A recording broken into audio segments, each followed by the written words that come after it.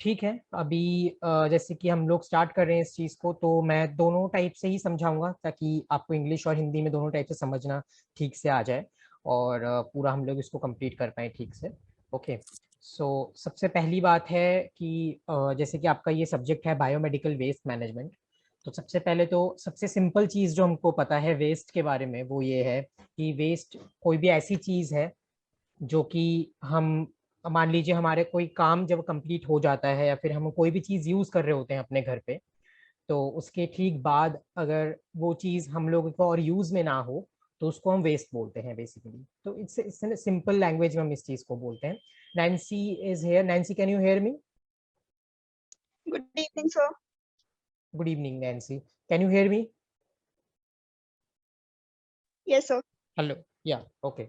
So Nancy, we were starting with biomedical waste management. हम लोग biomedical waste management के साथ स्टार्ट कर रहे थे। तो on the screen I am starting with this PPT. So you can you see that PPT properly? Yeah. Okay. सबसे पहली बात कि हम लोग सिंपली बायोमेडिकल वेस्ट मैनेजमेंट की तो दूर की बात है, सबसे पहले हम सिंपली वेस्ट के बारे में पता करेंगे कि वेस्ट क्या होता है। तो वेस्ट आप लोगों को सभी को पता है कि घर में हम कोई भी चीज जो जब यूज में नहीं होती है किसी भी कारण से, तो हम उसको डिस्कार्ड कर देते हैं या फिर उसको फेंक देते हैं। तो उस हिसाब से उसको वेस्ट बोलते हैं हम लोग, राइट? तो अब बायोमेडिकल वेस्ट सिंपली वो चीजें होती हैं जो कि मेडिसिन रिलेटेड होती हैं या फिर हॉस्पिटल रिलेटेड चीजें होती हैं, उसको हम बायोमेडिकल वेस्ट के को बोलते हैं उसको। तो बायोमेडिकल वेस्ट मैनेजमेंट में हम नॉर्मली इसी वेस्ट को, क्योंकि एक हॉस्पिटल का वेस्ट जो हम घर के नॉर्मली कोई कागज फेंकते हैं तो वो नॉर्मली इन्फेक्शियस नहीं होता है, लेकिन एक हॉस्पिटल में आप लोगों ने जैसे ट्रेनिंग करी होगी तो आप लोगों को पता है कि एक हॉस्पिटल का जो वेस्ट होता है वो that is so much infectious, वो इतना इन्फेक्शियस होता है कि अगर आप कभी भी इस वेस्ट को ठीक से रेगुलेट नहीं करते हो तो आप लोगों को ऑब्वियसली उससे इन्फेक्शन हो सकता है।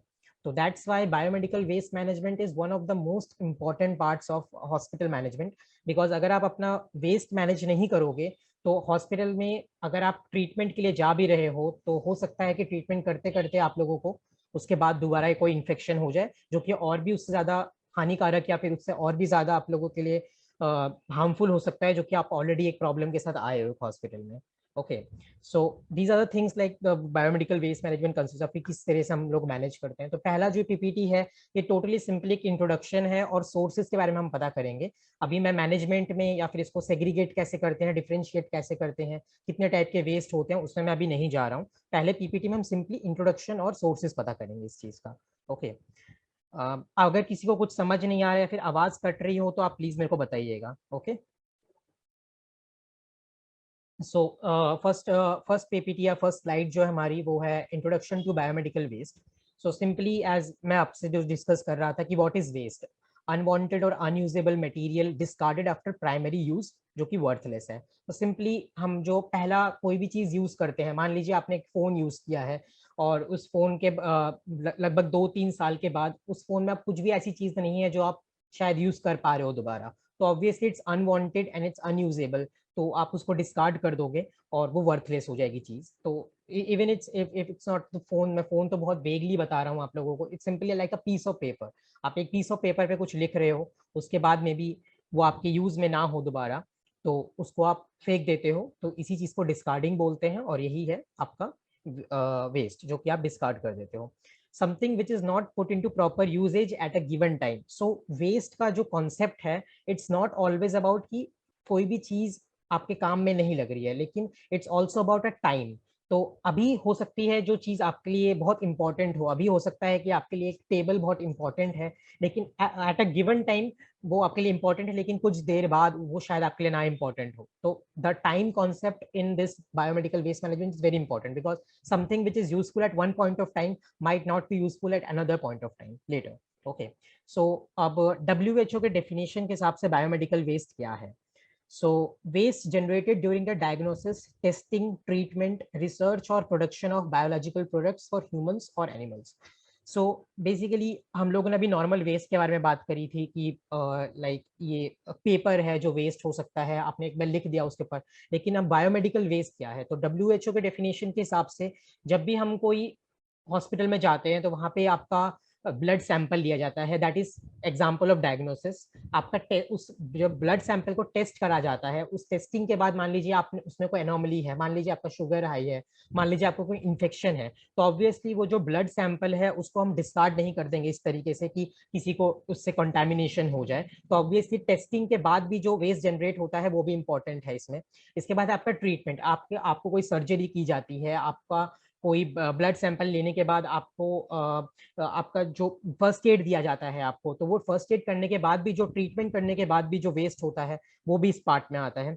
अब आप रिसर्च कर रहे हो, मान लीजिए नथिंग, मतलब आप लोग जब एक हॉस्पिटल में जा रहे हो तो आपसे नॉर्मली ब्लड, आप क्योंकि आप इल हो या फिर आपको कोई डिजीज है इसलिए आपसे ब्लड ले रहे हैं, लेकिन रिसर्च सेंटर्स में तो आप नॉर्मली भी ब्लड डोनेट करते हो कि मान लीजिए आपको कोई कोई कंडीशन है, तो वो रेयर है बहुत कंडीशन, तो इसकी वजह से आपको रिसर्च से वहाँ पे ब्लड देना पड़ रहा है, तो वो रिसर्च पर्पजेज से भी काफी वेस्ट जनरेट होता है, that is also part of it. और प्रोडक्शन ऑफ बायोलॉजिकल प्रोडक्ट्स, अब बायोलॉजिकल प्रोडक्ट्स में काफी चीजें आती हैं, जैसे कि आप नॉर्मली घी, दही, दूध कुछ भी ले लो, वो भी बायोलॉजिकल प्रोडक्ट्स में आता है।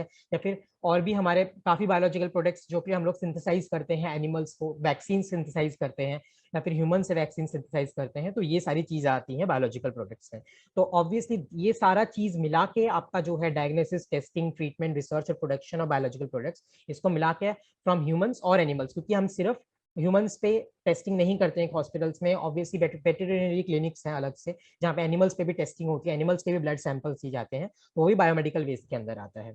ठीक है, तो this definition includes waste generated by health care facilities like physicians offices, hospitals, nursing homes, dental practices, laboratories, medical research facilities and veterinary clinics. So जो मैं आपको चीज को मेंशन कर रहा था कि anything which relates to your health care, वो इसका पार्ट है। आप physicians office नॉर्मल है जहाँ पे आप अपना चेकअप कराने के लिए जाते हो, तो वहाँ पे चेकअप करने के लिए भी वो आपका मे बी आपसे ब्लड लेते हैं, ब्लड नॉर्मली नहीं लिया जाता है वहाँ पे, मे बी आपका जो आपका स्पूटम लिया जाता है या फिर आपका जो सलाइवा है उसका टेस्टिंग होता है, या फिर आप जब कोविड टेस्टिंग कर रहे हो तो उसका आपका जो सलाइवा है वो भी नॉर्मली फिजिशियन के ऑफिस में अगर आपका ले रहे हैं किसी भी रीजन की वजह से, तो वो आपका है।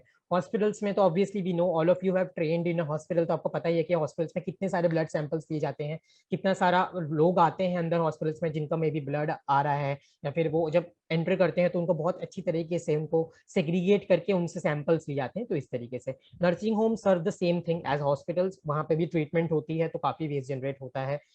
और डेंटल प्रैक्टिसेस जैसे हैं आपके, तो डेंटल प्रैक्टिसेस में आपका जो, आपको जब आपका टीथ में कोई प्रॉब्लम होता है, आपके दांतों में कोई प्रॉब्लम होती है, तो उस टाइम पे जब आपके टीथ का कोई भी प्रॉब्लम, वो प्लाक्स निकालते हैं वहां से, तो वो भी काफी इन्फेक्शियस होता है, बिकॉज वहां पे इन्फेक्शन की वजह से ही आप दांतों के लिए डॉक्टर के पास गए हो उसको चेकअप कराने के लिए। लेबोरेटरीज के लिए बारे में जो मैंने पहले ही बताया था कि लेबोरेटरीज में obviously blood samples, stool samples, urine samples लिए जाते हैं, which is if a infectious patient comes there then obviously वो बहुत इन्फेक्शियस होगा और उसको ट्रीटमेंट करना, उसका मैनेजमेंट करना बहुत इंपॉर्टेंट है, अदरवाइज वहां से बहुत कुछ फैल सकता है, क्योंकि आपका फर्स्ट पॉइंट ऑफ कॉन्टैक्ट जब भी आपको कुछ होता है तो आप लेबोरेटरी में जाते हो टेस्ट कराने फिजिशियंस के ठीक बाद, तो लेबोरेटरीज में बहुत चांसेस होते हैं इन्फेक्शन स्प्रेड करने के अगर आपने ठीक से इस चीज को मैनेज नहीं किया। मेडिकल रिसर्च फैसिलिटीज के बारे में ऑलरेडी मैं बोल चुका हूँ, और veterinary clinics obviously relates to animal products and animal issues which almost are the same like humans, because उनको भी सेम ही बैक्टीरिया, सेम ही वायरसेस अफेक्ट करते हैं जो हम लोगों को करते हैं। तो एनीथिंग विच इज कंटेमिनेटेड, जो हमारा यूरिन कंटेमिनेट होता है या फिर स्पूटम सैंपल कंटेमिनेट होता है, स्टूल सैंपल कंटेमिनेट होता है, सेम वेटरनरी क्लिनिक के लिए सेम सिमिलरली एप्लीकेबल होता है। So everyone is clear with this? आप लोगों को सुनाई दे रहा है, आप लोगों को समझ आ रहा है? अगर कोई दिक्कत है तो आप बता सकते हैं मेरे को, because this is also my first class, so obviously I just want to interact in such a way that you don't have an issue with this. Hello? Yes, sir. Everything is clear. Yes, sir. Everything is clear? Rest of आप लोगों को Yes, sir. समझने में दिक्कत आ रही है तो आप बोल सकते हो मेरे को, कोई दिक्कत नहीं है इसमें। Okay,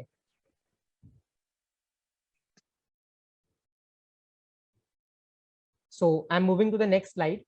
Okay, so basically any waste which is generated during the diagnosis, treatment or immunization of human beings or animals or in research activities pertaining thereto और इन प्रोडक्शन और टेस्टिंग ऑफ बायोलॉजिकल सिस्टम्स। सो जो पहले जो हम लोगों ने definition पढ़ी है उसी का थोड़ा बहुत ही एलाबोरेशन है कि इम्यूनाइजेशन में भी आपका जो वेस्ट जनरेट होता है वो है। इम्यूनाइजेशन में वेस्ट जनरेट कैसे होता है, आप जो सीरिंज जिससे आप जो इम्यूनाइजेशन कर रहे हो या फिर किसी को वैक्सीन दे रहे हो, तो obviously we won't repeat that particular injection again, right? वो अगर इंजेक्शन हम किसी और एक बंदे का इंजेक्शन जिससे आपने वैक्सीन एडमिनिस्टर किया है वो अगर आप किसी और के दोबारा एडमिनिस्टर करते हो तो आपको कोई भी इन्फेक्शन है आपके ब्लड स्ट्रीम में तो वो उनको फैल सकता है। तो हम जब भी कहीं पे भी वैक्सीनेशन के लिए जाते हैं या ब्लड सैंपल देने जाते हैं तो हमको हमेशा उनको यही बोलते हैं कि आप एकदम नया नीडल या फिर नया सिरिंज यूज कीजिए, अदरवाइज ये जो आपके लिए भी हानिकारक है या फिर जो आसपास के लोग हैं उनके लिए भी हानिकारक है काफी। एनिमल्स के लिए सेम चीजें हैं। अब WHO के accordingly 80% of hospital waste is non hazardous. Non hazardous का मतलब ये है कि जैसे हम हॉस्पिटल में जब जाते हैं तो 80% का जो वर्ग है इसमें जो आपका वेस्ट है वो नॉन हैजार्डस होता है, मतलब इससे कोई इन्फेक्शन नहीं फैलता, इससे आपको कोई डर नहीं है। लेकिन इसमें से जो 10% है वो फैलता है, इन्फेक्शियस है, और 5% जो है वो नॉन इन्फेक्शियस है। अब आपको जो ये डायग्राम दिख रहा है, इस डायग्राम में इसको अलग अलग किया हुआ है इन्होंने मेनली। तो नॉन इन्फेक्शियस वेस्ट जो आपका 80% का है वैसा ही रहेगा। 15% आपका पैथोलॉजिकल इन्फेक्शियस वेस्ट है। इसका मतलब ये है कि नॉर्मली जैसे आपका कोई भी वेस्ट होता है जैसे वायरस रिलेटेड या बैक्टीरिया रिलेटेड, इसको पैथोलॉजी के हिसाब से बोलते हैं, और इन्फेक्शियस आपको पता ही है जिससे इन्फेक्शन फैल सकता है। बाकी जो 5% है इसमें वो ये है कि शार्प्स आपका जैसे है कि कोई भी नीडल यूज किया है, कोई भी नाइफ यूज किया हुआ है, कोई भी सर्जरी में स्कैल्पेल यूज किया हुआ है आपने, उसको शार्प्स बोलते हैं। Radio active, cytotoxic and heavy metals. अब जब भी आप आजकल जब भी कोई आप हॉस्पिटल में जाते हो तो नॉर्मली कैंसर ट्रीटमेंट वहां पे होता है। तो कैंसर ट्रीटमेंट MRI, एक्सरे या फिर कोई भी आप जब भी CT स्कैन करते हो तो उसमें रेडियो एक्टिव मटेरियल यूज होता है। तो रेडियो एक्टिव मटेरियल जब भी यूज होता है तो उसका एक रेसिड्यू निकलता है जो कि वेस्ट के हिसाब से काउंट होता है।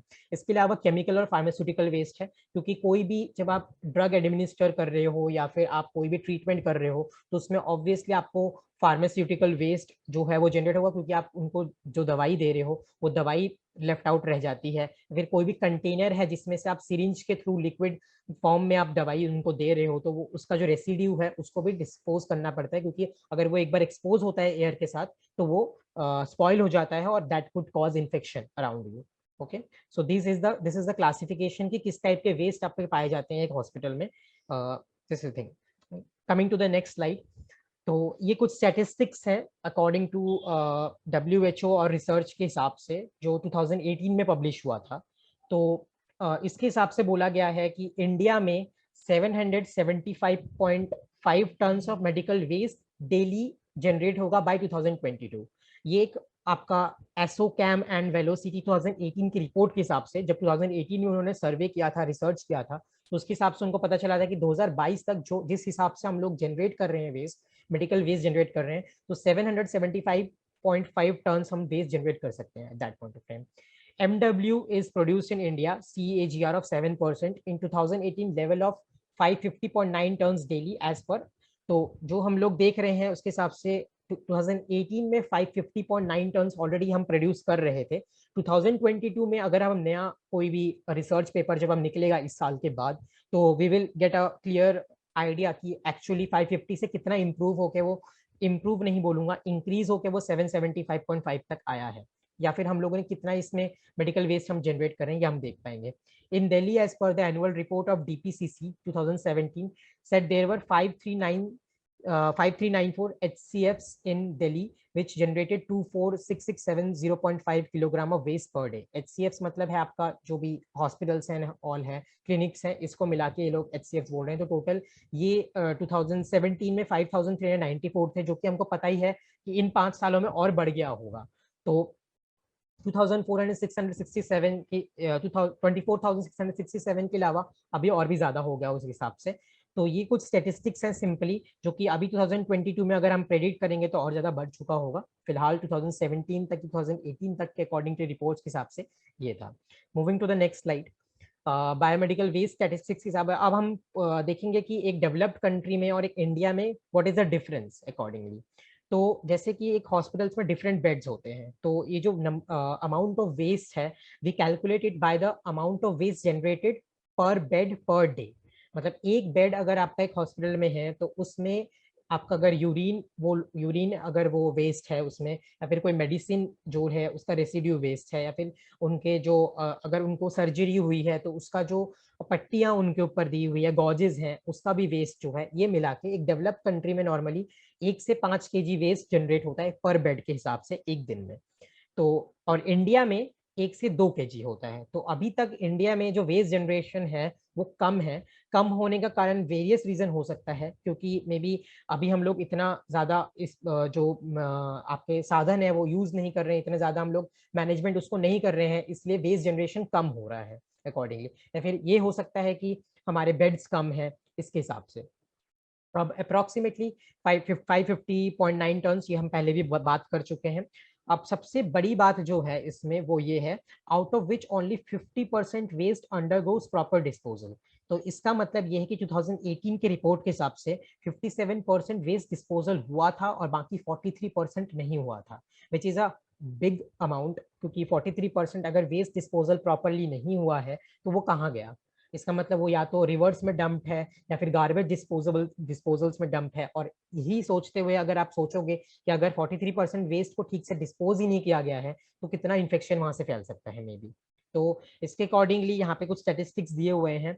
तो हाईएस्ट जो है वो कर्नाटका में है कि उनका 62,241 वेस्ट इन केजी पर डे वो लोग वेस्ट जनरेट कर रहे थे, लेकिन डिस्पोजल सिर्फ 43,000 का ही हो रहा था। तो almost half of almost 60% of what they have already waste generated, that only they are disposing of. So mostly हम लोगों का अगर हम statistics देखें तो 4,05,702 जो kg per day waste generate हो रहा है, उसमें से सिर्फ 2,91,000 ही वेस्ट डिस्पोज हुआ है। मतलब ठीक से इसको प्रॉपर डिस्पोजल किया गया, या तो बर्न किया गया है, या फिर इसको ठीक से सेग्रीगेट करके डिस्पोज किया गया है, या फिर जो भी मेथड्स है, मेथड्स पे हम बाद में आएंगे। मेथड्स का सिस्टम पूरा अलग है कि वेस्ट को किस तरीके से हम लोग जनरेट करते हैं या फिर डिस्पोज करते हैं, हम उस पर आएंगे बाद में। तो next time coming to the next slide. तो इन्फेक्शन फ्रॉम बायोमेडिकल वेस्ट किस तरीके से हो सकता है ये हम सोचेंगे। तो नॉर्मली जो वेस्ट जो हमारा है बायोमेडिकल वेस्ट है, इसमें से इन्फेक्शन 3 कारणों से फैल सकता है, जो कि या तो इम्प्रॉपर पैकेजिंग, या तो आपने जो वेस्ट आपका जो जनरेट हुआ है उसको आपने ठीक से पैकेज नहीं किया है। अगर आप मान लीजिए आप बहुत सारा आपका ब्लड निकला हुआ है और उसको उन्होंने कॉटन से या फिर गॉज से उन्होंने रखा हुआ है अपने पास, और वो आप ठीक से नहीं पैकेज करके डिस्पोज करते हो, तो obviously that will spread infections.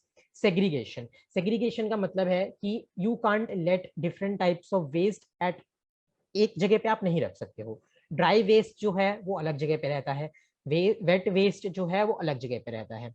तो इसका मतलब ये है कि नॉर्मली क्या है कि एक वेट वेस्ट जो है, मान लीजिए यूरिन सैंपल्स है या कंटामिनेटेड वाटर है, इस तरीके से अगर आप उसको ड्राई वेस्ट के साथ मिक्स होने देते हो तो वो और भी हानिकारक हो सकता है, क्योंकि ड्राई वेस्ट में may be without coming in contact with water या फिर एक पानी के साथ रिएक्शन करे बिना वो वेस्ट जो है वो बहुत ही डोरमेंट है या नॉर्मल टाइम पे ही है, लेकिन एक बार वो अगर पानी के साथ मिल गया तो हो सकता है वो और भी ज्यादा हार्मफुल और भी ज्यादा इन्फेक्शियस हो सके। तो इसलिए आपका किस टाइप का वेस्ट है, एक पेपर जो है वो ड्राई वेस्ट में जाएगा, कोई रेडियो एक्टिव मटेरियल है वो रेडियो एक्टिव वेस्ट में जाएगा, अगर आपका सिरिंजेस है वो सिरिंजेस में जाना चाहिए, कोई रिसाइकलेबल मटेरियल है वो रिसाइकलेबल बिन में जाना चाहिए। तो ये सेग्रीगेशन करना बहुत इंपॉर्टेंट है, और अगर इम्प्रॉपर सेग्रीगेशन होगा तो ऑब्वियसली उसमें से इन्फेक्शन फैलेगा। अब पैकेजिंग और सेग्रीगेशन पे तो आ ही जाते हैं, लेकिन उसके बाद क्या, उसके बाद का प्रोसेस क्या है? आपने अलग कर दिया, उसके बाद अगर आप उसको अलग से ही रखने दोगे तो कुछ भी हो सकता है कोई बिल्ली जाके उसको मुंह लगा के उसको फेंक दे, गिरा दे उसको उस टाइम पे, तो फिर दोबारा एक्सपोज हो गया। तो उसको सिर्फ सेग्रीगेट करना इंपॉर्टेंट नहीं है, उसको बाद इमीडिएटली उसको ट्रीटमेंट या फिर उसका डिस्पोजल करना इंपॉर्टेंट है। इसके बगैर अगर आप उसको एक जगह पे ही एक्यूमुलेट करने दोगे या फिर एक ही जगह पे उसको कंटिन्यूस रहने दोगे, तो हो सकता है कि आपका वेस्ट जो है at one point of time leak हो सकता है वहां से, या फिर कोई अपने मिसमैनेजमेंट की वजह से उसको वहां से आपको वहां पे आपको एक्सपोज कर सकता है उस चीज से लेके। तो ये हो गया कि किस तरीके से इन्फेक्शन हो सकता है बायोमेडिकल वेस्ट की, मतलब क्या रीजंस हो सकते हैं।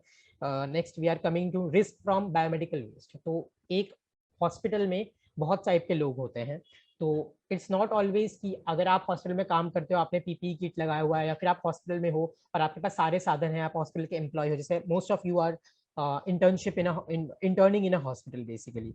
तो अगर आप इंटर्नशिप वहां कर रहे हो तो इसका, और लोकल लोग भी आ रहे हैं वहां पे, तो इसका मतलब ये नहीं है कि आप हॉस्पिटल्स में हो तो आपको रिस्क नहीं है काम से कोई, और सिर्फ लोकल लोग जो बाहर से आ रहे हैं सिर्फ उनको रिस्क है।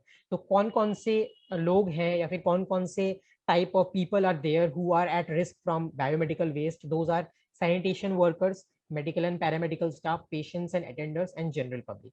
तो सैनिटेशन वर्कर्स जो है इनको तो सबसे ज्यादा रिस्क है एक बायोमेडिकल वेस्ट से, क्योंकि डॉक्टर्स, नर्सेज, आप लोग, पेशेंट्स जो भी हैं वो सारा वेस्ट को डिस्पोज कर देते हैं, बिन्स में रख देते हैं, लेकिन अल्टीमेटली वो जो वेस्ट है उसको डिस्पोजल जहाँ पे होगा या ट्रीटमेंट जहाँ पे होगा वेस्ट का, वहां पे जब उसको उठा के ले जाते हैं तो सबसे सबसे पहले उसको सेग्रीगेशन करने के टाइम पे जो सैनिटेशन वर्कर्स हैं वो सबसे पहले एक्सपोज होते हैं उस चीज को। तो सबसे ज्यादा हानिकारक जो है उनके लिए है ये वेस्ट, सबसे ज्यादा ससेप्टेबल वो हैं इस वेस्ट से रिलेटेड।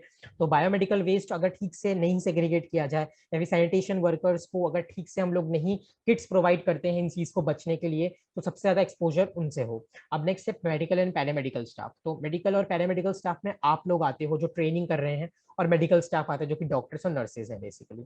तो जो मेडिकल एंड पैरामेडिकल स्टाफ हैं तो obviously they are meting out treatment, वो जा रहे हैं हॉस्पिटल्स के इस रूम से उस रूम में, फाइल्स यहाँ से वहाँ ले जा रहे हैं, मटेरियल्स यहाँ से वहाँ ले जा रहे हैं। तो ऑब्वियसली जब सर्जरी कर रहा है कोई भी डॉक्टर या फिर कोई भी नर्स वहाँ पे उसको असिस्ट कर रहा है सर्जरी में, या फिर they are taking care of patient और समथिंग लाइक दैट, तो they are getting expose to waste because they are cleaning up patients में भी, या फिर वो पेशेंट का जो ब्लड है वो ले रहे हैं, तो इस तरीके से वो मे बी इस चीज से एक्सपोज रहते हैं। फिर है पेशेंट्स एंड अटेंडर्स। तो ऑब्वियसली कोई भी पेशेंट अगर आता है तो if they have an infection या फिर उनको कोई भी डिजीज है, कोई भी वो हर्ट हुए हैं या फिर उनको कोई इंजरी हुई है, तो they are already susceptible to an infection from an hospital। तो अगर बायोमेडिकल वेस्ट एक्सपोज्ड है हॉस्पिटल में और उनका कोई भी ओपन वुंड है जहाँ पे वो बैक्टीरिया या फिर वायरस है जो वो जाके लैच इन कर सकता है और उनको एक्सपोज हो सकता है, और साथ ही में कोई अटेंडर्स उनके साथ है तो वो भी इस चीज से एक्सपोज है। और जनरल पब्लिक ऑब्वियसली अगर कोई भी वेस्ट है जो हॉस्पिटल्स के, मान लीजिए आसपास गार्बेज डंप में किसी ने डंप किया हुआ है कि हाँ यहीं छोड़ देते हैं, क्या दिक्कत हो रही है, हॉस्पिटल के पास ही तो है, कौन आएगा यहाँ पे, ऐसे तो नहीं होता है। कोई भी हॉस्पिटल के आसपास लोग आसपास जा आ रहे होते हैं, हॉस्पिटल के पास में भी कोई स्कूल हो सकता है, हॉस्पिटल के पास में भी कोई और ऑफिस हो सकता है। अगर वो वेस्ट ठीक से डिस्पोज नहीं होता, कवर नहीं किया जाता, तो कोई भी राह से चलता आदमी जो है वहां पे वो मे भी इस चीज से एक्सपोज हो सके। तो all of this people, sanitation workers, medical and paramedical staff, patients, attenders and general public, all of them are expose to this particular biomedical waste. तो अगर इसको ठीक से नहीं डिस्पोज किया जाएगा, नहीं सेग्रीगेट किया जाएगा, तो it's going to be a problem accordingly.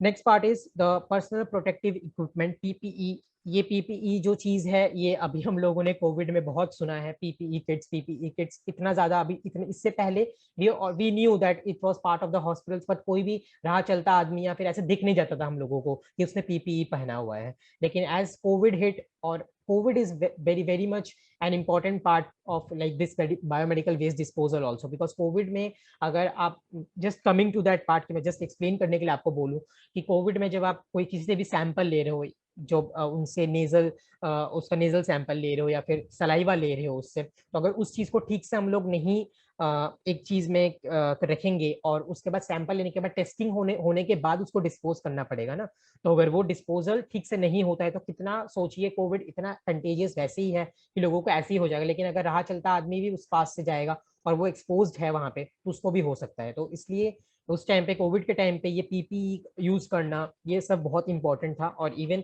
Sanitation workers को एटलीस्ट जब भी वो कोई भी गार्बेज बिन से, कोई भी डिस्पोजेबल या फिर कोई भी रिसाइकल बिन से कोई भी वेस्ट को वहां से उठा रहा है तो उसको पीपीई किट पहनना बहुत इंपॉर्टेंट है। तो यहाँ पे रिपोर्ट के accordingly said workers in only 37.83% of facilities were found to be using appropriate PPEs through 85% of them had provided it। मतलब ये है कि देखिए पीपीई किट का प्रॉब्लम ये है कि जो पीपी किट बंदा पहनता है उसको इतनी गर्मी होती है, ठीक है, तो इसका मेन रीजन ऐसा हो सकता है, जैसे यहाँ पे लिखा हुआ है कि hospitals 85% of hospitals were providing PPE kits, but सिर्फ 37.83% इसको यूज कर रहे थे। तो क्या रीजन हो सकता है यूज ना करने का? तो there could be many reasons कि हो सकता है पीपी किट में मोबाइल, जो एक बंदा अपना हाथ ठीक से यूज कर सकता है या फिर अपना हॉस्पिटल में जो मोबिलिटी वो यूज कर सकता है, मे बी वो ना यूज कर पा रहा हो बिकॉज ऑफ पीपीई किट्स, या फिर उसको बहुत गर्मी हो रही है, किसी को मे बी सफोकेशन हो रहा है, इस कारण से हुई। लेकिन अपार्ट फ्रॉम दिस, ये 2017 का रिपोर्ट है, तो अब हम लोगों को अच्छी तरह से पता है कि बिकॉज ऑफ कोविड उसके बाद से बहुत लोगों ने ही पीपीई किट्स यूज करना स्टार्ट कर दिया था।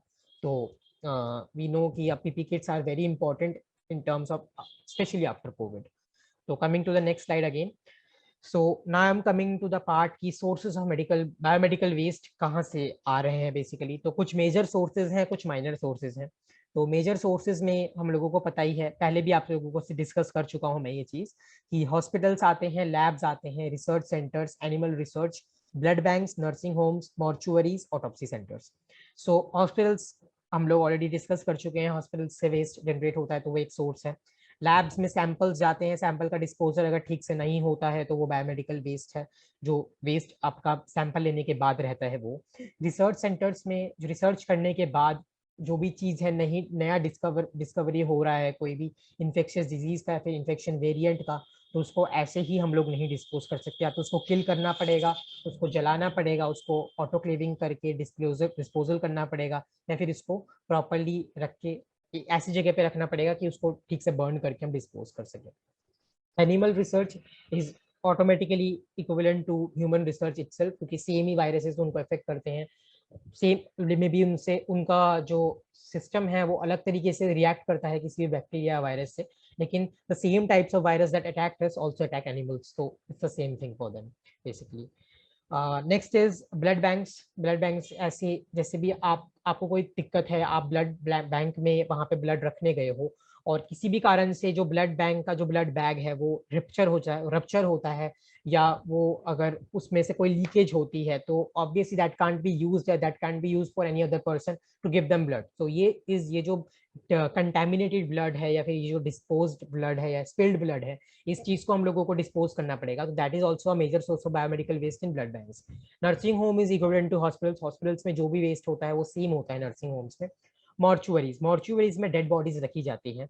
तो after a person has died तो उनका ऑटोप्सी होता है, उनके ऊपर हम लोग डिटरमाइन, स्पेशली अगर कोई अननेचुरल डेथ है तो, या फिर नेचुरल डेथ भी होने पे भी हम लोग देखते हैं कि मॉर्चुअरीज में बॉडी रखी जाती है अगर they have died in unforeseen circumstances या डिफरेंट सर्कमस्टांसेस. तो ये मॉर्चुअरीज में भी जब डेथ किस कारण से हुई है, किस प्रॉब्लम से हुई है, तो मॉर्चुअरीज का भी जो वेस्ट है वो भी यस, क्योंकि उनके ऊपर जब हम लोग जब उनके ऊपर ऑटोप्सीज होती हैं तो उसमें से वेस्ट जनरेट होता है, ब्लड सैंपल्स जनरेट होते हैं, टिश्यूज जनरेट होते हैं जो कि डिस्पोज करने होते हैं. Autopsy centres almost the same as mortuaries. अगर मॉर्चुअरीज में सिर्फ बॉडी रख रहे हैं तो फिर मॉर्चुअरीज यहाँ पे मेंशन किया हुआ है, अदरवाइज ऑटोप्सी और मॉर्चुअरीज एक ही काम एक ही जगह पे होता है नॉर्मली. माइनर सोर्सेज में क्लिनिक्स आ जाते हैं. अब नॉर्मली हम किसी डॉक्टर को दिखाने जाते हैं तो may be they are treating, giving us first aid, या फिर कोई भी है, तो छोटा मोटा वहां से जो भी वेस्ट जनरेट होता है that is part of the clinics. Dental clinics भी हम लोग ऑलरेडी, मैं आपको पहले ही आप लोगों को बता चुका हूँ. डेंटल क्लिनिक्स में जब भी हम लोग दांतों का कुछ भी हम लोगों को प्रॉब्लम होता है तो they use gauzes, they use different type of materials to anaesthetise your teeth so that they can perform surgery on it. तो ये डिफरेंट टाइप के वहां से जो मटेरियल निकलते हैं that is part of the waste. Syringes and all. Home care में अब आपके घर में आजकल मोस्टली है कि हम लोग, काफी लोगों को क्रॉनिक डिजीजेस हैं, किसी का डायलिसिस चल रहा है, किसी को हार्ट प्रॉब्लम है, किसी को पैरालिसिस है, इस तरीके से. तो होम केयर में ये सारी चीजें आती है जहाँ पे जो लोग मे बी बेड से उठ के ना जा पा रहे हो, तो obviously they have to urinate, they have to pass their stool at the same point in bedpans or something like that. So these are also minor sources of biomedical waste that get generated from home, because there might be a patient at home who can't go and like use the normal toilet or something like that. तो home care में nurses आते हैं आपके पास, तो वो लोग उस चीज को डिस्पोज करते हैं. कॉस्मेटिक क्लिनिक्स में वी नो कि जो आप लोगों का पेडिक्योर होता है, मैनिक्योर होता है, या फिर कोई भी आपका वो होता है, बोटॉक्स होता है, या फिर आपका सर्जरीज होती हैं, जो भी कॉस्मेटिक सर्जरीज होती हैं, तो उसमें से काफी टिश्यूज निकलते हैं. टिश्यूज के अलावा आपके tissues, I am not talking about the normal paper tissues, I am talking about the tissue type. आपको कोई सर्जरी किया तो टिश्यू रिमूवल होता है, फिर टिश्यू उसमें ऐड किया जाता है, तो उसमें ब्लड होता है. कॉस्मेटिक क्लिनिक्स में टैटू पार्लर्स भी आते हैं. तो टैटू पार्लर्स में भी क्या होता है, आप जब टैटूज बनवाते हो तो हो सकता है वहां पे आपका थोड़ा बहुत ब्लड निकल आए, तो वो ब्लड भी वो लोग जो उसको कॉटन से हटाते हैं वो भी बायोमेडिकल वेस्ट में ही आता है. Paramedicals is part of normally like ambulances में, या फिर कोई भी आपका छोटा मोटा क्लिनिक है उसके हिसाब से पैरामेडिकल्स. मोस्टली इस टाइप का वेस्ट जो जनरेट होता है वो हॉस्पिटल्स, नर्सिंग होम्स में जो होता है वही होता है. Funeral services. तो फ्यूनरल सर्विसेज में क्या होता है कि जब आफ्टर, जैसे मैंने मेजर सोर्सेज में मॉर्चुरीज और ऑटोप्सी सेंटर्स के बारे में बताया था। तो फ्यूनरल सर्विसेज में क्या होता है, when we are going to bury a body, या फिर we are going to like जैसे इन इस्लाम वी बरी अ बॉडी, सो उससे पहले उसको क्लीन किया जाता है, उसमें उसके जो भी लास्ट टाइप मोमेंट में जो भी एक्सक्रीशन है उसको क्लियर किया जाता है, उसको डिस्पोज किया जाता है। और in terms of those who cremate a body, like in Hinduism we cremate a body, तो क्रीमेट करने के बाद भी जो एशेज होते हैं उसको भी उसका जो एशेज रह जाता है, मैं अस्थियों के बारे में नहीं बोल रहा हूँ जिसको तो बहाया जाता है इन एनी रिवर और in a holy river basically, but otherwise जो रेसिड्यू रह जाता है वहां पे उसको भी डिस्पोज करना पड़ता है या फिर इंसिनरेट करके उसको साइड किया जाता है। तो फ्यूनरल सर्विस में ये वाला पार्ट आता है। और नॉर्मल इंस्टीट्यूशंस में अगर मैं बात करूँ तो कोई भी इंस्टीट्यूशन पकड़ लीजिए, स्कूल हो गया, ट्यूशंस हो गए, तो वहाँ पे भी थोड़ा बहुत जनरेशन ऑफ वेस्ट हो ही जाता है, because you might be using, आपको वहाँ पे कोई हर्ट हो गया है, वायरस फर्स्ट एड आप यूज कर रहे हो, इस हिसाब से। तो these are major and minor sources that consist of the biomedical waste. So coming to the next part, तो ये इसी चीज का एक्सप्लेनेशन है कि नॉर्मली हेल्थ एस्टेब्लिशमेंट्स में hospitals, nursing homes, veterinary hospitals, clinics, general practitioner, dispensaries, blood banks, animal houses and research institutes, इसमें ही जो वेस्ट है ये इसी को ही एक्सप्लेन करके बोला हुआ है। There is nothing new in this, so मैं इसको स्किप करके नेक्स्ट पे जा रहा हूँ। इंडस्ट्रीज का, अब ये वाला जो पार्ट था प्राइमरी वेस्ट का ये हो गया। अब सेकेंडरी वेस्ट पे आते हैं। सेकेंडरी वेस्ट बहुत टाइप के हो सकते हैं, industries, education institute, research centre से। इंडस्ट्रीज में बायोमेडिकल वेस्ट इसलिए आता है बिकॉज काफी इंडस्ट्रीज है जो मेडिकल फील्ड में काम करती है, फार्मास्यूटिकल इंडस्ट्रीज हैं जो कि करती हैं, तो उसमें बहुत सारे केमिकल रिएक्शंस होते हैं to maybe achieve a bio means, मतलब कोई बायोलॉजिकल डिस्कवरी करने के लिए वो केमिकल यूज करते हैं, तो ये केमिकल्स जो है इसको भी डिस्पोज करना होता है, तो that also forms a part of biomedical waste. Okay, so the next part is the type of waste generated from an animal house is typically animal tissues, organs, body parts, carcasses.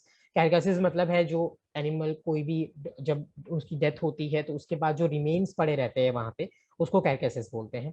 Body fluids, animal body fluids are the same like humans urine या stool या जो भी उनका saliva है, that is blood etcetera of experimental animals. तो that is normally animal houses में experimentations होते हैं उनके ऊपर, सर्जरीज होती है उनके ऊपर, तो उसमें से जो भी आता है वो। Blood banks and clinical laboratories में ऑलरेडी एक्सप्लेन कर चुका हूँ। Health care establishments, the source of biomedical waste generated from any other health care setting. इसके अलावा जितने भी दूसरे हेल्थ केयर सेटिंग्स हैं सिंपल छोटे मोटे, ये that also consist of health care establishments. Next part is कि ये जो सोर्स है तो इसमें से रिस्क वेस्ट कौन सा है, क्लिनिकल वेस्ट कौन सा है, इसका एक सेग्रीगेशन दिया हुआ है इस पर्टिकुलर डायग्राम में। ये डायग्राम थोड़ा बहुत धुंधला है, आप लोगों को ये दिख रहा है diagram? Yes, sir, it is visible. It is visible, right? So जो वेस्ट है इसी को हम लोगों ने अलग अलग किया हुआ है इसमें। सो इसमें से as we see there is chemical waste, sharps, pathological waste, genotoxic, pressurized containers, waste with high heavy metal content, infectious, pharmaceutical waste. So chemical waste में हम लोगों को पता है कि लैब रीजेंट्स, डिसइंफेक्टेंट्स, सॉल्वेंट्स, मतलब जब भी हम लोग लैब में कोई भी काम करते हैं तो वहाँ पे डिसइंफेक्टेंट्स यूज करते हैं। जैसे अगर सिंपली मैं यूज बोलूँ तो लाइजॉल है आपका, घर में आप लाइजॉल यूज करते हो, तो ऐसे ही हॉस्पिटल में कोई और ब्रांड का या फिर कोई और डिफरेंट डिसइंफेक्टेंट यूज होता है। जैसे सैनिटाइजर भी एक टाइप का डिसइंफेक्टेंट है, तो सैनिटाइजर यूज होते हैं, तो दैट इज जो वो सैनिटाइजर भी जब डिस्पोज करना होता है, क्योंकि हम उसको ऐसे रख नहीं सकते, कंटेनर उसका है, तो we have after completion of the container, जब वो खत्म हो जाता है तो हम उसको डिस्पोज करना चाहिए रादर देन उसको रखना नहीं चाहिए एक जगह पे। तो that is part of the chemical waste. Lab reagents में मतलब है जो chemicals that we use for catalyst in a chemical reaction. जैसे हम लोगों ने साइंस में पहले पढ़ा है कि different types of catalyst we use for completion of a chemical reaction. तो इसमें लैब रीजेंट्स यूज, जैसे मान लीजिए आप कोई भी एक रिएक्शन कर रहे हो, आप कोई भी एक टेस्टिंग कर रहे हो एक हॉस्पिटल में या फिर हॉस्पिटल के लैब में, तो मे be you are using sulphuric acid for that, तो वो भी एक लैब रीजेंट है, तो उसको डिस्पोज करना भी इंपॉर्टेंट है after the work has been done. Solvents मतलब है जो चीज डिसॉल्व करने में आप लोगों को हेल्प करती है, आपका एक काम हो गया है and now you have to dissolve that particular thing in that, so those are solvents. Pathological waste में body parts, blood and other fluids आ जाते हैं। बॉडी पार्ट्स अगर किसी का भी फिंगर सिवियर हो गया है या फिर फिंगर आपका कट गया है कहीं पे तो वो बॉडी पार्ट्स में आ जाता है, ब्लड उसमें से जो यूज होगा वो, और other fluids that is urine and stool जो मैं आपको पहले मेंशन कर चुका हूँ. Sharps, now sharps consist of needles, infusion sets, scalpels, knives, blades. Needles, as we know, are used for injections. So basically, आपको कोई भी नीडल आप जब यूज करो, एक सिंगल यूज करने के बाद we should not repeat the use and we should dispose it so that it doesn't spread any other infections. Infusion sets normally consist of things like, normally not like when you are giving injections to someone, तो different infusion, जैसे आप कोई steroid ले रहे हो या फिर आप कोई भी पर्टिकुलर ड्रग ले रहे हो तो वो इन्फ्यूजन सेट्स के अंदर आता है. स्कैल्पल्स जो है ये generally these are certain type of tools that we use in surgeries. तो सर्जरी करने के बाद एक स्कैल्पल दोबारा नहीं यूज करना चाहिए. We should dispose that because we don't know कि विच टाइप ऑफ इन्फेक्शन, या तो स्कैल्पल्स को हम लोग को डिस्पोज करना चाहिए या फिर उसको पूरा अच्छी तरह से ट्रीटमेंट करना चाहिए विद आपका इंसिनरेटर्स के थ्रू या बर्न करके, या फिर पूरा उसको डिसइंफेक्ट करना बहुत इंपॉर्टेंट रहता है. तो that is also part of social, that is also part of biomedical waste. Knives we know are useful for different type of things in a hospital. आप बहुत जगह पे knives use करते हो for surgeries, for cutting particular gauges, papers, everything basically. Blades serve the same purpose. Genotoxic waste में cytotoxic drugs हैं या फिर genotoxic chemicals हैं. Genotoxic waste में वो आता है जो कि आपको, जो ह्यूमन बॉडीज हैं उसके ऊपर आपको इफेक्ट करता है, तो those are cytotoxic drugs and genotoxic chemicals. Pressurise container जैसे कि gas cylinders, cartridges, aerosol cans. अब गैस सिलेंडर्स जो हैं वो मे बी आपका ऑक्सीजन देने के लिए काम आता है, तो we after completion of that we should either disinfect it and refill it, और अदरवाइज वो आपको डिस्पोजल करके नया सिलेंडर यूज करना चाहिए for that. Cartridges can be used in different things like for inks and everything that are there for use, like आपका जब कोई भी CT MRI होता है तो वहाँ पे भी cartridges यूज होते हैं for printing and everything. Apart from that, aerosol cans are used as आप जब कोई भी हॉस्पिटल में जाते हो तो वहाँ पे रूम फ्रेशनर्स के लिए यूज होते हैं, तो एरोसॉल कैंस कभी भी रखना नहीं चाहिए क्योंकि they might also spread infections. Waste with high heavy metal content, तो अब जब भी हम हॉस्पिटल में जाते हैं तो कोई भी इलेक्ट्रॉनिक मटेरियल, अगर इलेक्ट्रॉनिक कंपोनेंट है तो उसमें बैटरीज हैं, तो बैटरीज भी कुछ टाइम बाद अगर हम रख देते हैं तो वो सड़ जाती हैं, सड़ेंगी तो उसमें से केमिकल रिएक्शन होके उसमें से वेस्ट निकलेगा, और वो वेस्ट अगर हम रखते हैं तो उससे मेजर केमिकल रिएक्शन हो सकता है, तो वो हमको छोड़ देना चाहिए. ब्रोकन थर्मामीटर्स, अगर कोई थर्मामीटर ब्रेक कर जाता है तो उसमें से मर्क्यूरी लीक करता है which is very toxic for humans. तो अगर हम ब्रोकन थर्मामीटर्स को डिस्कार्ड नहीं करते हैं, मर्क्यूरीज को लैप अप करके डिस्कार्ड नहीं करते हैं, तो that would be harmful for us. Blood pressure gauges. So blood pressure जब हम लोग ब्लड प्रेशर किसी का लेते हैं तो उसमें जो आपका जो मीटर रहता है उसके अंदर भी गैस रहती है, एंड ऑब्वियसली जो हम पंप करते हैं उसमें भी गैस रहता है, तो that also thing like if it's used in a particularly infectious place या फिर हाईली कम्युनिकेबल एरिया में अगर वो यूज हो रहा है तो वो उसको भी हम लोगों को डिस्पोज करना चाहिए. Apart from that there is infectious waste, that is lab culture waste from isolation wards, tissues etc. Lab cultures का मतलब यही है कि जो भी आपका लेबोरेटरी में आपका जो भी टेस्ट हुए हैं उसको लैब कल्चर बोलते हैं. जैसे मान लीजिए आपका यूरिन कल्चर है तो उसको बोलते हैं, फिर आपका बैक्टीरिया टेस्ट हुआ है वो, तो उसको डिस्पोज करना होता है. Apart from waste from isolation wards, सबसे बड़ी चीज जो है अभी हम लोगों को अगर हम लोग जानते हैं तो isolation wards are those wards in which a particular person is suffering from a very highly infectious disease is separated from the normal wards. So which is a best example of COVID, जहाँ पे हम लोगों को isolation wards हम लोगों ने बनाए थे because we have to separate those patients from the normal patients because they were highly infectious, they were highly susceptible patients because वो लोग infection फैला सकते थे. तो ये जितना भी waste वहाँ से generate हुआ था, we can't accumulate it, we can't merge it with a normal waste from a normal ward because वो बहुत ही highly infectious waste है, क्योंकि अगर हम एक साथ रखते हैं तो सभी को वहां से इन्फेक्शन होने का चांसेस है. Apart from that tissues are there, we know tissues are used for cleaning, paper will be used. Apart from that, diapers are used for adult patients or for small little infants also, so वो भी हम लोगों को dispose करना पड़ता है. Pharmaceutical waste में expired और no longer needed pharmaceutical, simply expired medicine हम लोगों को ऑब्वियसली डिस्पोज करना चाहिए. किसी को भी अगर गलती से एक्सपायर्ड मेडिसिन हम लोग अगर दे देते हैं तो उसको कोई भी रिएक्शन हो सकता है बॉडी में and it could be harmful for them. So those things which are a part of the pharmaceutical industry and we don't need, we should discard immediately. सो ये जो दोबारा हम लोगों ने देखा हुआ है कि हेल्थ केयर वेस्ट में से 75 to 90% नॉन क्लिनिकल वेस्ट होता है. Non clinical waste could be anything. Hospital में नॉन क्लिनिकल वेस्ट कुछ भी हो सकता है, pencil, paper, anything which can't spread any infection and is not part of the clinical process. So basically 75 to 90% यही रहता है. बाकी जो remaining 10 to 25% है वो clinical waste है, which consists of these things: pharmaceutical, pathological, pressurized containers, waste with high heavy metal content, sharp, radioactive, chemical, infectious, genotoxic, non-clinical waste. So with this, this particular part is over. So if any of you have any questions or have any problems, you can share with me. अगर आपको class में समझने में दिक्कत आई है या फिर आपको सही से नहीं लग रहा है कि मैं पढ़ा पा रहा हूँ, you can obviously share with me. That is not an issue. So let me know. Hello, is anyone present? Yes, sir. Yes. So Nancy, so any feedbacks? How was the session, and if you have faced any problem accordingly? So it was good. Okay.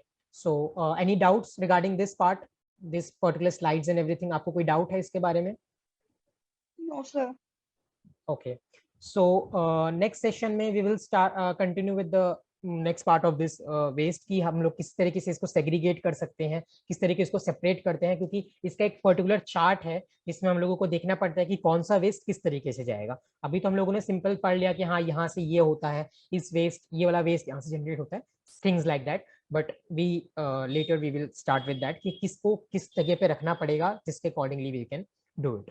So if anybody has any doubt, they can say, otherwise I will end the session for the time being. So this is the first session, so I will not go in much details. Next session we will extend it accordingly, और all details में हम पढ़ेंगे. And basically जो ये PPT है for pointers, मैं इसको आप लोगों के जो ग्रुप में जो लिंक है, गूगल ड्राइव का लिंक है, उसमें BHA 207 का जो फोल्डर रहेगा, मैं उसमें इस PPT को शेयर कर दूंगा आप लोगों के साथ. आप लोगों को पॉइंटर्स या बाद में नोट्स के हिसाब से इसको पढ़ सकते हो. Upon completion of this subject मैं फिर एक्सटेंडेड पार्ट में इस नोट्स को शेयर करूंगा, जिसमें आपको और भी ज्यादा पढ़ने, मतलब आंसर बनाने लायक आप लोगों को नोट्स रहेंगे इसमें. ये सिर्फ पॉइंटर्स के लिए, ताकि आपको एक ऊपरी याद रहे या फिर आपको आंसर बनाने में याद रहे, क्योंकि आपको अगर पॉइंट पता हो तो आंसर बनाने में ईजी होता है. अपार्ट फ्रॉम दैट, आप लोगों से बात करनी थी इस चीज के रिगार्डिंग कि आप लोगों ने अपना एग्जामिनेशन फॉर्म फिलअप कर लिया है, आप लोगों ने जो भी है अभी प्रेजेंट क्लास में? Yes, Yes, sir. sir. But printing issue आ रहा है उसमें. प्रिंटिंग इशू आ रहा है. प्रिंटिंग इशू जो है वो सभी को आ रहा है नैन्सी. आप अभी फिलहाल के लिए आप जो आपका एग्जामिनेशन फॉर्म है वो सबमिट कीजिए, ठीक है, और एग्जामिनेशन फीस जो है वो रजिस्ट्रेशन नंबर यूज करके आप पे कीजिए. So रिसिप्ट fees जो है भी वो नहीं प्रिंट, pay हो पा रही. फीस आपको रजिस्ट्रेशन नंबर से नहीं पे हो रहा है फीस वहां पे? Sir, registration number, I have confusion in that. जो registration number मेरे पास है वो registration number से नहीं हो पा रही. So I want to confirm my registration number. अच्छा ठीक है, मैं आप मुझे नॉर्मल टेक्स्ट कीजिएगा इस कॉल क्लास के बाद. आई विल Sure, चेक कि sir. उस रजिस्ट्रेशन नंबर से हो रहा है कि नहीं. Apart from Sure, that, sir. One more thing that I have to tell you all, वो ये है कि आपका सेकेंड ईयर में, okay, you have a project work, Yes, sir. Okay, जिसके बेसिस पे आपका वाइवा होगा. जब आप भर रहे होगे तो लिस्ट ऑफ सब्जेक्ट्स में आपने देखा होगा. सो Yeah, this sir. Particular project is not like ऐसे कि आपको कहीं से अप्रूव कराना है या सिंपल. आपके जितने भी सब्जेक्ट्स हैं BHA में, first year, second year, third year मिला के, अगर आप जो भी चीज में आपका इंटर्नशिप कर रहे हो उसके बेसिस पे आप कोई भी प्रोजेक्ट बना सकते हो. अगर नैन्सी आप HR पे कर रहे हो, आपको लगता है आप HR पे प्रोजेक्ट बना सकते हो, आप HR पे बना सकते हो. तनवीर, आपने शायद कस्टमर, आपने किस चीज में करी है internship Tanveer? Medical services. Medical services. तो आपको अगर लगता है कि आप मेडिकल सर्विसेज में प्रोजेक्ट बनाना चाहते हो, you can do it. Minimum of 30 pages आप प्रोजेक्ट बनाइए एक, ठीक है, इसके बेसिस पे वाइवा होगा. तो प्रोजेक्ट को इसी तरीके से बनाइएगा कि ताकि आप इसके ऊपर क्वेश्चंस आंसर कर सको. Apart So from that, it's in जो PPT form or what? No We no no have no to no write no in normal, pages. No, you don't have to write it, you have to make it in a word format, okay, जो कि आप Word form. PDF format में share करोगे उनके साथ. Yeah, okay. Okay, हाँ, और PDF format में आप बना के रखिए अभी. जब आप ऑफलाइन एग्जाम देने जाओगे then I will be there, I will be helping you out कि वहां पे कैसे प्रिंट आउट कराना है, क्योंकि हार्ड कॉपी में आपको वो सबमिट करना पड़ेगा बाद में। ओके, सो अभी फिलहाल आप सिर्फ पीडीएफ बना के रखिए, पूरा कंप्लीट करके रखिए उस चीज को, और आपको जब वहां पे आप जाओगे देहरादून में with in the examination time, क्योंकि जो आपका प्रोजेक्ट होता है और वाइवा होता है वो एकदम लास्ट में होता है, एग्जामिनेशन के एकदम लास्ट में, ठीक है। तो इसके बीच में ही मैं आपको बता दूंगा कि कहाँ से प्रिंट आउट कराना पड़ेगा एंड ऑल। तो पहले से आप हार्ड कॉपी मत बनाइएगा, सिर्फ आप सॉफ्ट कॉपी बना के रखिए, minimum of 30 pages on any topic belonging to hospital administration from your BHA course. कोई भी टॉपिक पे आप बना सकते हो, कोई दिक्कत नहीं है उसमें। और सेकेंड पार्ट जो है वो ये है कि मेक श्योर कि आप लोगों ने जितनी भी जो भी ट्रेनिंग की है उसका ट्रेनिंग सर्टिफिकेट आप अटैच करो उसमें। तो स्कैन नॉट हार्ड कॉपी में अटैच करने का मतलब जस्ट आपको स्कैन करके make it a part of the PDF in the beginning itself. तो जितना भी आपने ट्रेनिंग की है वो आप वहां पे रखिएगा फिर, ठीक है।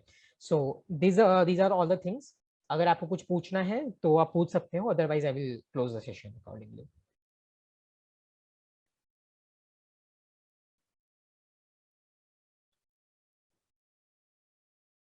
Hello, anybody? Hello? Yeah, sir. It's over, right? Anybody has any doubts? No, sir, no doubts. No, sir. So I will just then end the session.